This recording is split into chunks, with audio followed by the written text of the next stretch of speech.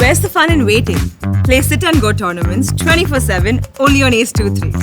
This game involves an element of financial risk and may be addictive. Please play responsibly and at your own risk. देश में corona virus के graph में उतार चढ़ाव का क्रम जारी है। कभी आंकड़ों में बढ़ोतरी देखी जाती है तो कभी गिरावट। आज भी केस 15,000 से नीचे दर्ज किए गए। केंद्रीय स्वास्थ्य और परिवार कल्याण मंत्रालय द्वारा जारी आंकड़ों के अनुसार बीते 24 घंटे में 11,466 नए मामले सामने आए। वहीं इस दौरान 460 लोगों की मौत हो गई। मंत्रालय के मुताबिक बीते एक दिन में कोरोना वायरस से 11,961 लोग ठीक भी हुए। मंत्रालय ने बताया है कि नए मामले पाए जाने के बाद देश में एक्टिव केस मामलों में 955 केस की कमी दर्ज की गई।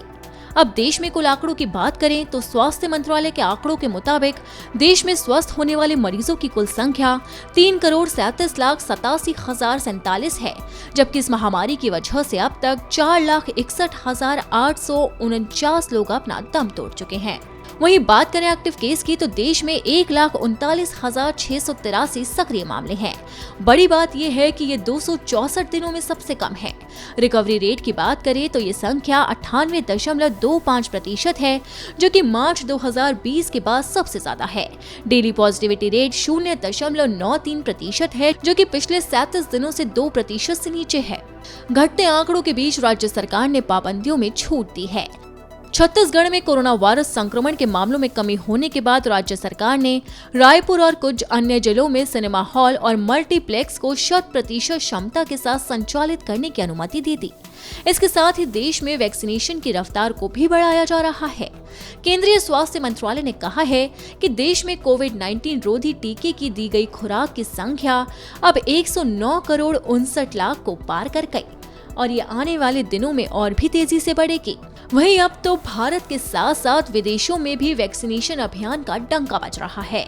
केंद्रीय स्वास्थ्य मंत्री मनसुख मंडाविया ने जानकारी दी है कि 96 देशों ने भारत के साथ कोविड-19 टीकाकरण प्रमाण पत्र को मान्यता देने पर सहमति जताई है। स्वास्थ्य मंत्री मनसुख मंडाविया ने ये भी कहा है कि भारत सरकार दुनिया के बाकी हिस्सों के साथ संपर्क में है ताकि दुनिया के सबसे बड़े कोविड-19 टीकाकरण कार्यक्रम के लाभार्थियों को स्वीकृति और मान्यता मिल सके, ताकि वो शिक्षा, व्यवसाय और पर्यटन उद्देश्यों के लिए आसानी से यात्रा कर सके। यानी कि साफ है कि मोदी सरकार भारत को राहत देने के साथ साथ विदेशों में भी मदद के हाथ बढ़ा रही है। वैसे इससे पहले भी मोदी सरकार ने मैत्री अभियान चलाकर कई देशों को वैक्सीन पहुंचाई थी। इसीलिए विदेशों में आज भी मोदी सरकार का डंका बज रहा है और वैक्सीनेशन अभियान की तारीफ हो रही है। WHO भी कई बार भारत के अभियान की तारीफ कर चुका है और यही वजह है कि भारत में पकड़ती रफ्तार ने कोरोना वायरस की रफ्तार को घटा दिया है। माना जा रहा है कि आने वाले दिनों में वैक्सीनेशन की रफ्तार और तेज होगी।